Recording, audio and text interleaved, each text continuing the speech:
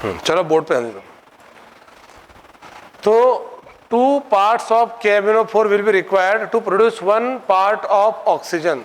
तो यहाँ पे क्लियरली मतलब होगा ऑक्सीजन के 16 ग्राम को इवॉल्व करने के लिए KMnO4 का 2 × 158, हालांकि 2 × 158 आप आराम से कर सकते, दैट विल बी 316, पर मैं जानबूझ के नहीं कर रहा हूँ क्योंकि हम उसका पहले डबल करेंगे और फिर हाफ करेंगे, तो डबल कर ही क्यों रहे फिर, मतलब पहले डबल करेंगे फिर हाफ करेंगे, तो डबल करने का मतलब ही नहीं है। देखो तो इसका लॉजिक, इसको सॉल्व कैसा करना है, इधर ऑक्सीजन दिया रहेगा, आपको क्या करना है 16 ग्राम ऑक्सीजन के लिए इतना KMnO4 लग रहा।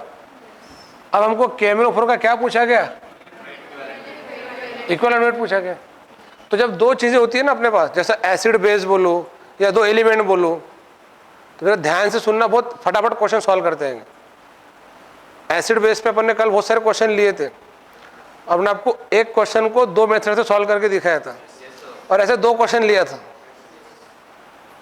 और कल बताया ना, समझा कि न्यूट्रलाइजेशन बेस्ड क्वेश्चन। देखो न्यूट्रलाइजेशन बेस्ड क्वेश्चन किसका आता है, एसिड और बेस का। अब ये equivalent weight based question, equivalent weight based question electrochemistry में 2 एलिमेंट पे पूछे जाते हैं, 2 एलिमेंट। इलेक्ट्रोकेमिस्ट्री में बहुत जम के प्रैक्टिस होंगी इसकी। अब अभी मैं बता रहा हूँ कि KMnO4 दिया गया और ऑक्सीजन दिया गया, तो ये देखना रिएक्शन में KMnO4 कितना वेट यूज हो रहा और ऑक्सीजन कितना वेट प्रोड्यूस हो रहा, ये पहले लिख देना एज पर द रिएक्शन। और मैंने कोई बहुत बड़ा काम नहीं करा, 2 × KMnO4 मतलब 2 × 158 बराबर 1 × 16, ये ऑक्सीजन का 1 कोएफिशिएंट था। अब एक बात बताओ, ऑक्सीजन का इक्विवेलेंट वेट कितना है, तो इसका 16 के नीचे लिखो 8। अब अपन इधर क्या करें, आधा करें, उधर आधा, तो इधर आधा करना और 2 को कट कर दो, मतलब कह रहे 158। अब मान लो अगर यहाँ पे KMnO4 एक ही रहता तो 1 KMnO4 विल प्रोड्यूस 1 ऑक्सीजन, तो 158 बराबर 16 ग्राम, तब भी अपन इसके नीचे कितना लिखते 8। अब एक बात बताओ, ये तो समझ में आ गया 16 क्यों लिखा मैंने, क्योंकि इसमें एक ऑक्सीजन यूज हुआ करके 16 ग्राम। फिर ऑक्सीजन के 16 ग्राम के नीचे 8 ग्राम क्यों लिखा, क्योंकि 8 ग्राम ये ऑक्सीजन का, फिर 8 इक्विवेलेंट वेट ही क्यों लिया अपन ने, क्योंकि हमको दूसरे एलिमेंट का क्या पूछा गया था, इक्विवेलेंट वेट। इलेक्ट्रोकेमिस्ट्री में बहुत ज़्यादा इस टाइप के क्वेश्चन रहेंगे, तो 2 एलिमेंट आपको दिए रहेंगे, 2 एलिमेंट में से एक नोन रहेगा एक अननोन रहेगा, आपको दोनों एक का वेट दिया जाएगा, दूसरे का वेट पूछेंगे। लेकिन अगर मैं आपको ऐसा क्वेश्चन पूछूं, सिंपल क्वेश्चन पूछता मैं आपको, बहुत ही सिंपल, कि मान लो अगर 4.9 ग्राम एल्यूमिनियम एक इलेक्ट्रोड पे डिपॉजिट हो रहा, 4.9 ग्राम एल्यूमिनियम एक इलेक्ट्रोड पे डिपॉजिट हो रहा, तो उस वक्त सिल्वर का कितना वेट डिपॉजिट होगा। तो क्वेश्चन कितने 2 एलिमेंट पूछा गया, एल्यूमिनियम और सिल्वर। तो सिंपल क्या करना है, ये एल्यूमिनियम है ये सिल्वर है, आपको क्या बोला गया कि इसका 4.9 ग्राम 4.5 ग्राम डिपॉजिट हो रहा, तो आपको सिल्वर का वेट पूछा गया। तो आपको सिंपल एक काम करना है, इन दोनों एलिमेंट के इक्विवेलेंट वेट को इक्वेट करना है। एल्यूमिनियम का इक्विवेलेंट वेट कितना है, 9 ग्राम, और ये अपन इसी चैप्टर के बेसिक में सीखे थे, atomic weight upon valency. Aluminium का एटॉमिक वेट कितना है 27, वैलेंसी कितनी है 3 है, तो 27/3 = 9। और सिल्वर का इक्विवेलेंट वेट कितना है 108, atomic weight upon valency. Silver की वैलेंसी 1 है और उसका एटॉमिक वेट 108 है। अब अपन ने 9 का क्या करे, आधा, तो 9 का आधा तो 108 का भी क्या होगा, आधा होगा। तो जस्ट ऐसे क्वेश्चन KMnO4 का। अगर रिएक्शन दी हो तो रिएक्शन में ये देखना KMnO4 की रिएक्शन के साथ ऑक्सीजन कितना लिबरेट हो रहा, बस वो दोनों के वेट को लिख डालना, और फिर ऑक्सीजन के नीचे 8 लिखना। फिर ऑक्सीजन के उस वेट से 8 ग्राम ऑक्सीजन को आने के लिए अपन जो ऑपरेशन परफॉर्म कर रहे, हाफ कर रहे, डबल कर रहे, जो भी कर रहे, वो इधर करना है, सिंपल। अरे समझ में आ रहा है कि सिंपल। अब मान लो ये 2 KMnO4 रहता, इट इज जस्ट 2 KMnO4, और मान लो ये एक ऑक्सीजन न लेके ये 10 ऑक्सीजन रहते, कितने ऑक्सीजन रहते 10 ऑक्सीजन, यहाँ पे 10 ऑक्सीजन रहते, तो 10 × 16, तो अपन 10 × 16 करते, फिर अपन पहले 10 को कम करते, मतलब इधर पॉइंट 1 डिजिट पीछे, फिर 16 का हाफ करते, मतलब और इसका आधा। अरे समझ में आ रहा है कि सिंपल। तो अगर 10 × 16 लेते ना अपन, तो इधर देख लो 2 × 158 बराबर 10 × 16, तो अपनों को क्या 8 लाना था, तो पहले 10 गायब करेंगे, तो ये 158 का क्या हो जाएगा और फिर 16 का अपन 8 करेंगे तो ये 2 का कट हो जाएगा, द आंसर विल 15.8। अरे समझ में आ रहा है क्वेश्चन? कितना सिंपल है। रिएक्शन बेस्ड क्वेश्चन आप जगह पे सॉल्व कर सकते हैं, बहुत ज़्यादा उठापटक करने की जरूरत नहीं। मैंने जानबूझ के इस क्वेश्चन को इतना आराम से समझा है, ऐसे क्वेश्चन पेपर में आते इक्विवेलेंट वेट से रिलेटेड। उसका अगला क्वेश्चन, ये तो क्वेश्चन बहुत ही खास है। ये क्वेश्चन को सॉल्व करने के 2 तरीके हैं।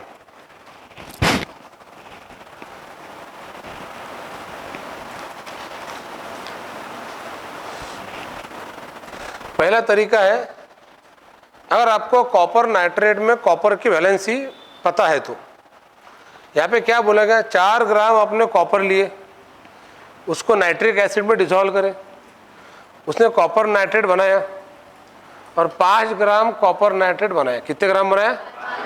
हालांकि ये इन सब चीज़ों का कुछ भी काम नहीं, just one thing is given, copper nitrate. What is copper nitrate? Cu। अब CuNO3 के CuNO3/2 बताओ। तो याद करो, मैं आपको इसके लिए रेफरेंस बताता हूँ। मैंने बेसिक जो लिया था उसके हेल्प से आप ये क्वेश्चन सॉल्व कर सकते हैं। और आपको याद होगा तो अपन ने बहुत सारे कैटायन और बहुत सारे एनायन देखे थे, अब देखे थे अपन ने।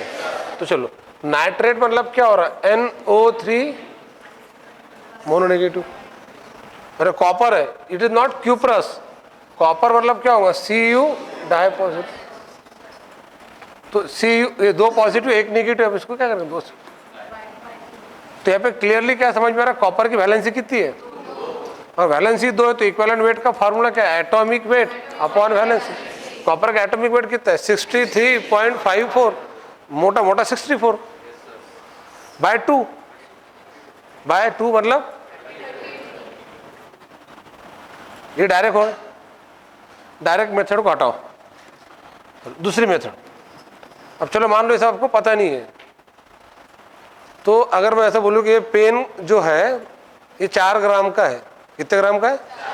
इसको ने पानी में डाला, पानी में नहीं, अपन ने इसको शहद में डाले, हनी है ना, शहद में डाले इसको, फिर इसको निकाले तो कुछ शहद ने इसको लग के आ गया। अब जाहिर सी बात है लग के आएगा, बिल्कुल स्टिकी होता है वो, तो शायद लग।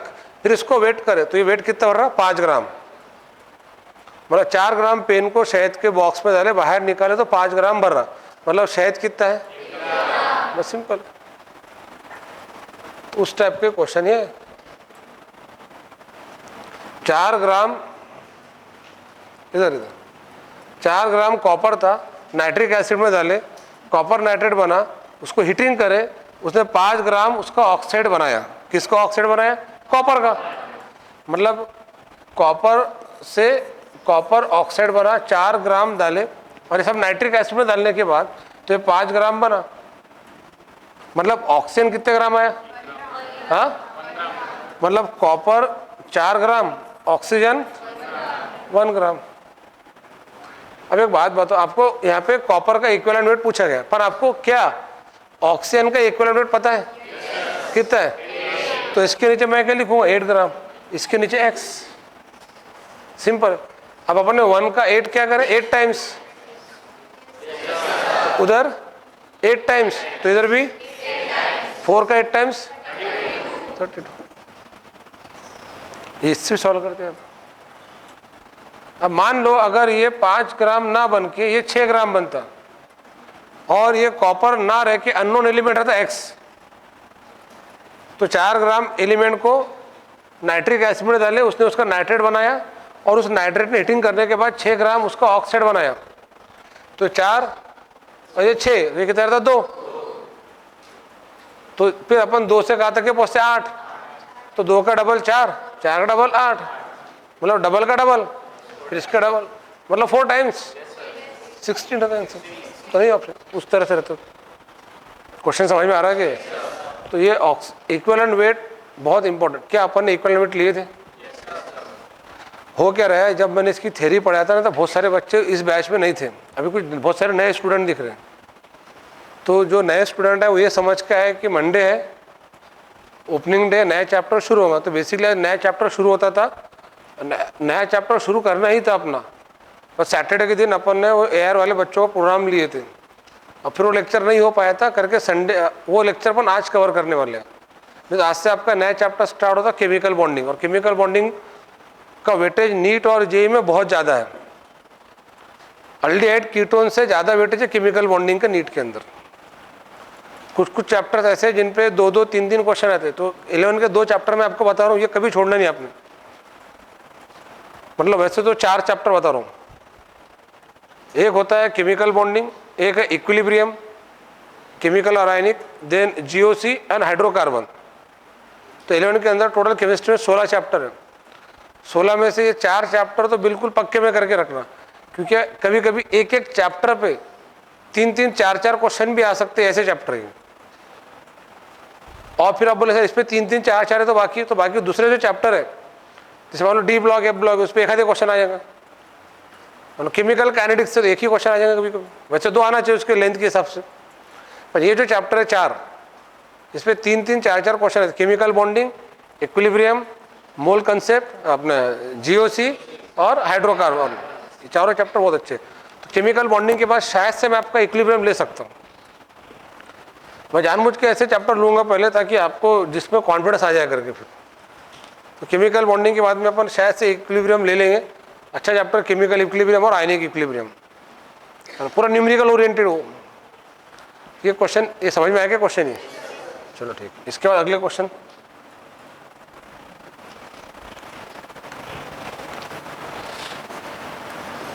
अभी क्लियरली अपन ने अभी तक के जो देखे वही है। हाँ, the weight of 2 element which combine with one another are in the ratio. तो अभी तो फैराडे सेकंड लॉ, तो 2 एलिमेंट का जो वेट है वो उनके कौन से वेट के रेशियो में रहता है? Equivalent weight. अभी अपन ने देखे थे W1 upon W2 is equal to E1 upon E2। What is W1? Weight of first metal. What is W2? Weight of second metal. E1 E2 they are equivalent weight. तो 2 element का जो wait का ratio रहता है ये उनके equivalent weight के in the mass of 12C atom.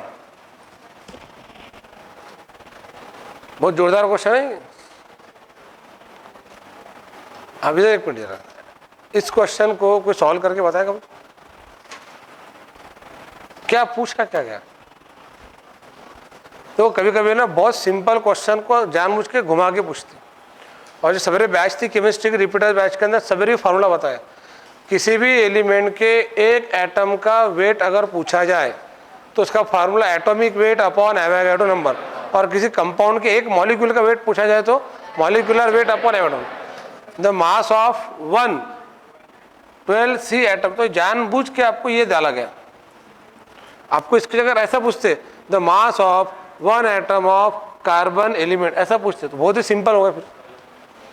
And आपको ऐसा पूछते कार्बन एलिमेंट के एक एटम का वेट बताओ, तो C12 मतलब क्या हो रहा? कार्बन हो रहा, और C12 के एक एटम का वेट पूछा गया, मतलब कार्बन का एक एटम का वेट पूछा गया। तो कार्बन के एक एटम, तो weight of 1 atom is equal to atomic weight upon Avogadro number. Atomic weight upon Avogadro number, atomic weight कितना है? 12 है, अपॉन 6 इंटू 10⁻23। एक मिनट, तो ये 2, हालांकि 6.023 है, तो एग्जैक्टली 2 नहीं आएगा, 2 से थोड़ा सा कम आएगा, मतलब 1.99, और 10⁻23 ऊपर चला जाएगा तो -23। तो ये जो था ना, ये -23 होना था, 4 नहीं है, वो केजी है।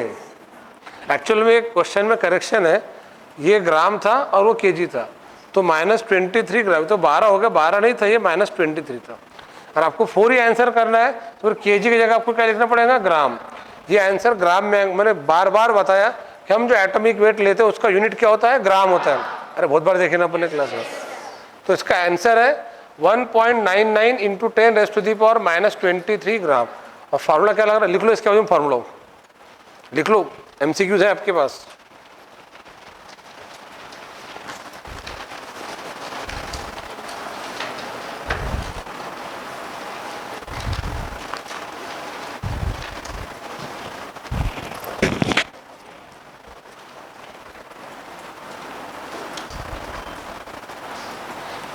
सेम यही क्वेश्चन नंबर 55 है, चेक कर लो 55।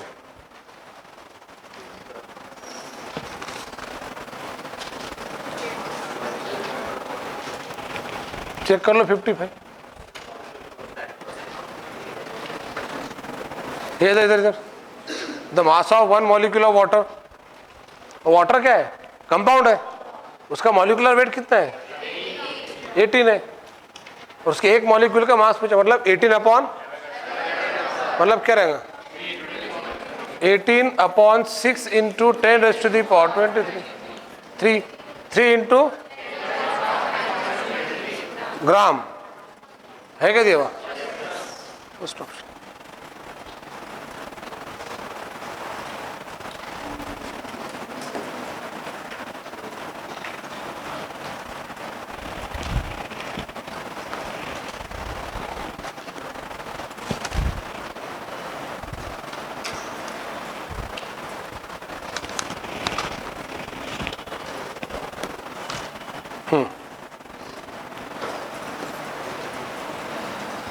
चलो बोर्ड पे सर, ये अगला क्वेश्चन।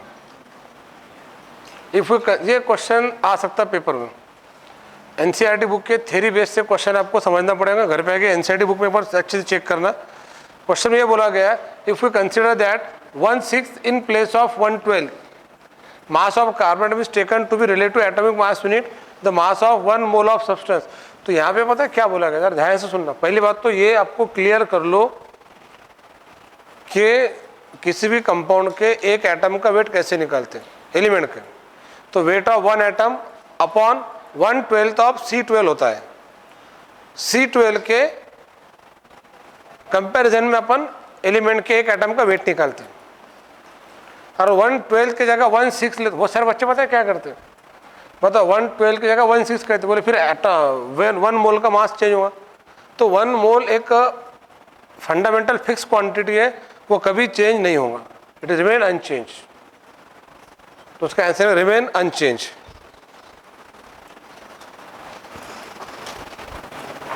मतलब मास of given amount of substance जो होता है इज ऑलवेज कांस्टेंट। लिख लो एक सेंटेंस बाजू वहां पर। आपको मिले नहीं क्या पेपर? कितने बच्चों पेपर नहीं मिले भाई? आपको नहीं, आप पहले बैठ के मिले नहीं आपको? हाँ, उधर से दिए, इधर बॉयज में किसको नहीं मिले?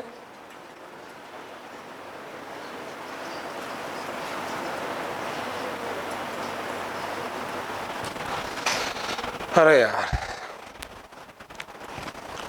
चलो जिनके पास में नहीं है वो थोड़ा सा एडजस्ट कर लो, कुछ नहीं कर सकते वो। हाँ, कौन सा? हाँ, the mass of given amount of substance, the mass of given amount of substance. अगर आपको क्वेश्चन नहीं मिले घर पे देखने के लिए तो अपने डीपीपी के जो पीडीएफ है वो ऐप पर से देख लेना। बाद में आपको जब मिलेंगे क्वेश्चन पेपर तो उस पर कॉपी कर लेना।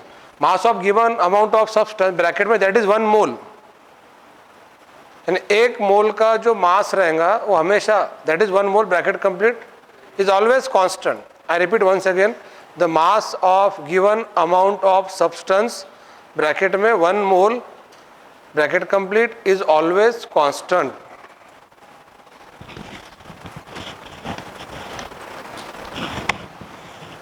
क्वेश्चन नंबर 50 निपट गया।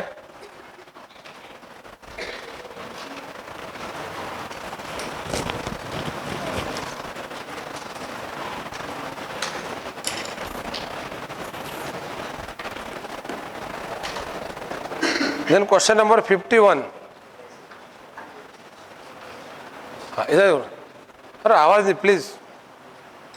नहीं आपको नहीं सॉल्व करना, मैं कर रहा हूँ ना सॉल्व।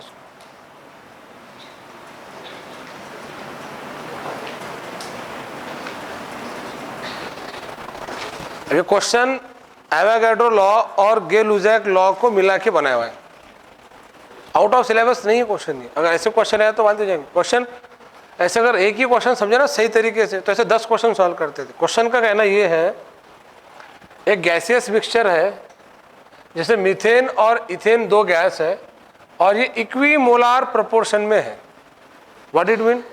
दोनों के इक्वल मोल है, मतलब इसका एक तो उसका भी है, इसका आधा तो the weight of 2.24 litre of this mixture eight STP। तो आपको पहले क्या करना है, मेरा सुनो अच्छे से।